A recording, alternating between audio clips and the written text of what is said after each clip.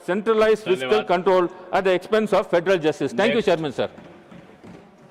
माननीय Shri Raghav Chadha 10 minutes. Sir budget सिर्फ हिसाब किताब नहीं होता sir, it is also an audit of our priorities.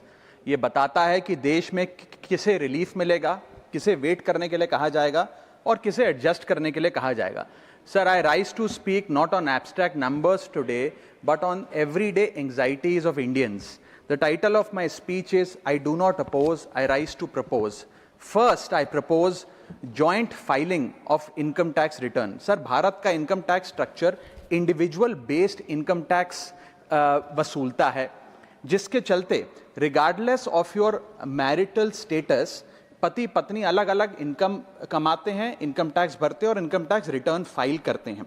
उनकी इनकम को क्लब नहीं किया जाता, एग्रीगेट नहीं किया जाता। इस वजह से डुअल इनकम कपल्स, जिसमें पति पत्नी दोनों पैसा कमाते हैं, इनकम कमाते हैं, उनको सेपरेटली टैक्स किया जाता है, जबकि उनके लॉन्ग टर्म इन्वेस्टमेंट्स शेयर्ड हैं, हाउस होल्ड के खर्चे शेयर्ड हैं, फाइनेंशियल रिस्पॉन्सिबिलिटी शेयर्ड है, चाइल्ड केयर कॉस्ट शेयर्ड है, तमाम लिविंग एक्सपेंसेस शेयर्ड हैं।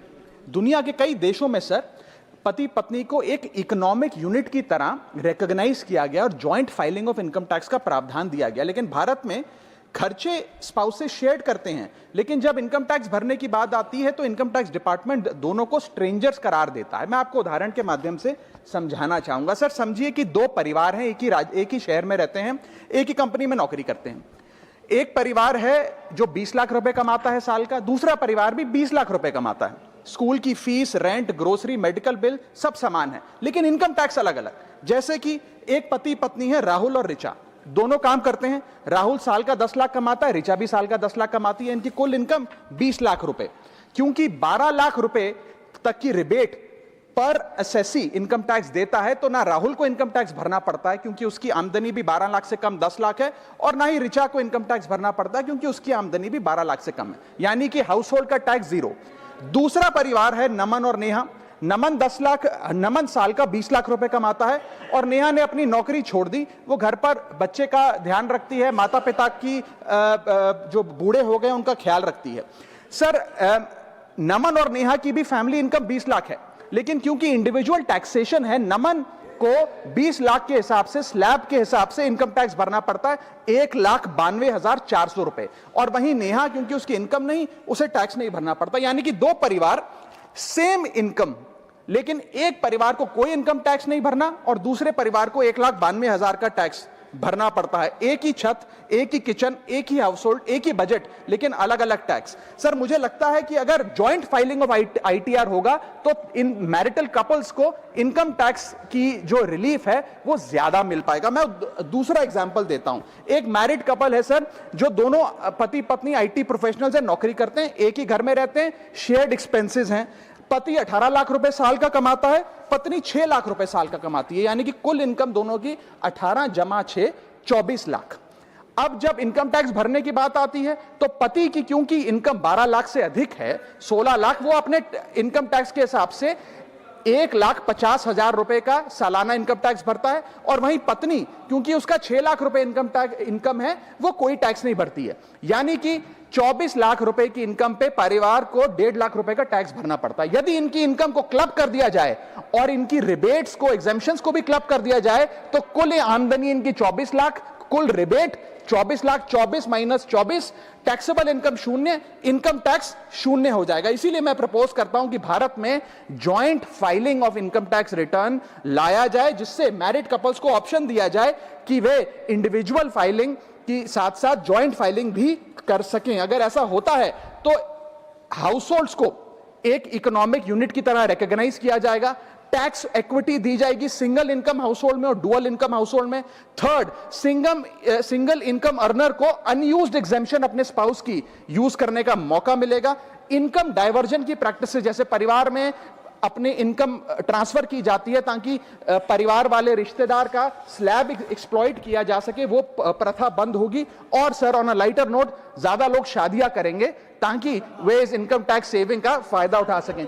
सर, इंटरनेशनल कंपैरिजन मैं करना चाहूंगा। यूनाइटेड स्टेट्स, जर्मनी, फ्रांस जैसे देशों में जॉइंट आईटीआर का सिस्टम लागू है। सर, हमारा इनकम टैक्स स्ट्रक्चर कंपनियां रिकॉग्नाइज करता है, पार्टनरशिप रिकॉग्नाइज करता है, कॉर्पोरेशन रिकॉग्नाइज करता है, यहां तक कि हिंदू अनडिवाइडेड फैमिली को एज एन एसएससी रिकॉग्नाइज करता है। लेकिन हमारे समाज का मोस्ट फंडामेंटल इकोनॉमिक यूनिट, एक न्यूक्लियर फैमिली, पति पत्नी को as one single economic unit recognise नहीं करता, जो करना चाहिए। Sir, my second submission is I propose remove tax on disability pension on armed forces. Sir, एक सैनिक जब बॉर्डर पर गोली खाता है तो या तो वो शहीद हो जाता है, या यदि वो बच जाता है तो उसके शरीर का कोई अंग वो खो देता है, डिसेबल हो जाता है। इसके चलते सरकार उसे डिसेबिलिटी पेंशन देती है। ये कोई एहसान नहीं है, ये इनाम नहीं है, ये मुआवजा है, क्योंकि उसने देश की रक्षा करते हुए अपना एक अंग खो दिया, अपनी एक चीज, अपनी जीवन, अब वो एक रिड्यूस्ड क्वालिटी ऑफ लाइफ जिएगा। लेकिन विडंबना है कि आज हम इस डिसेबिलिटी पेंशन पर भी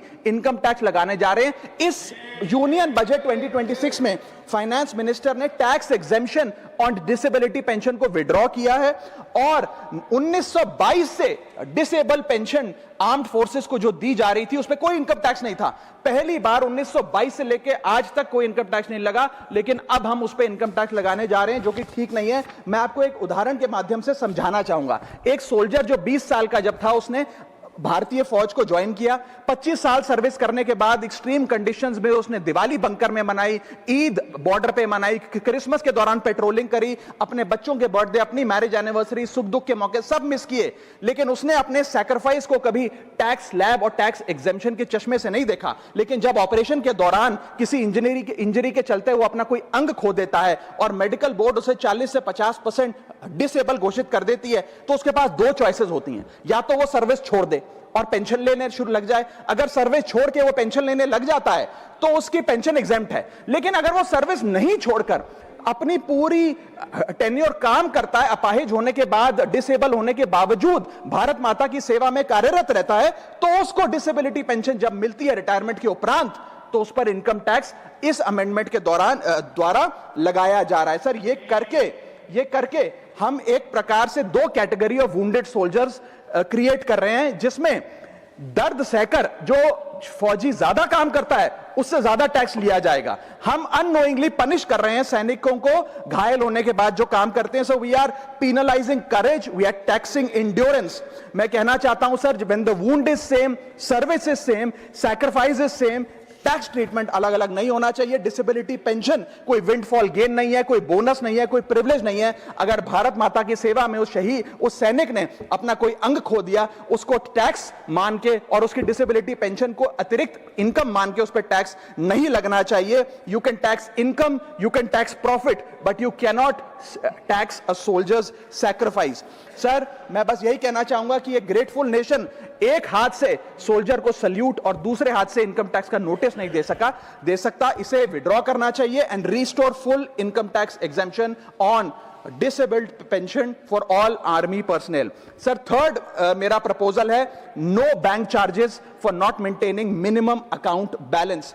अभी सरकार ने कुछ ही दिन पहले लोकसभा में जवाब देते हुए बताया कि पिछले 3 वित्तीय वर्षों में, फाइनेंशियल ईयर 22-23, 23-24, 24-25 में कुल मिलाकर बैंकों ने 19,000 करोड़ रुपए, आपने ठीक सुना सर, 19,000 करोड़ रुपए minimum account balance penalty bank account holder से वसूली है। ये सबसे स्मॉलेस्ट अकाउंट है, सबसे पुअरेस्ट बैंक अकाउंट होल्डर्स हैं, और इनका क्राइम क्या था कि इनके अकाउंट में मिनिमम अकाउंट बैलेंस नहीं था। जहां पब्लिक सेक्टर बैंक्स ने इन 3 सालों में 8,000 करोड़ और प्राइवेट सेक्टर बैंक ने 11,000 करोड़ रुपए वसूल। मैं आपको एक उदाहरण देना चाहता हूं सर। फर्ज करिए एक मजदूर जो 500 रुपए की दिहाड़ी कमाता है रोज, वो कई हफ्ते महीने सेव कर 6,000 रुपए इकट्ठा करता है, बैंक में खाता खोलता है बड़ी हिम्मत करके और 6,000 रुपए जमा करता है।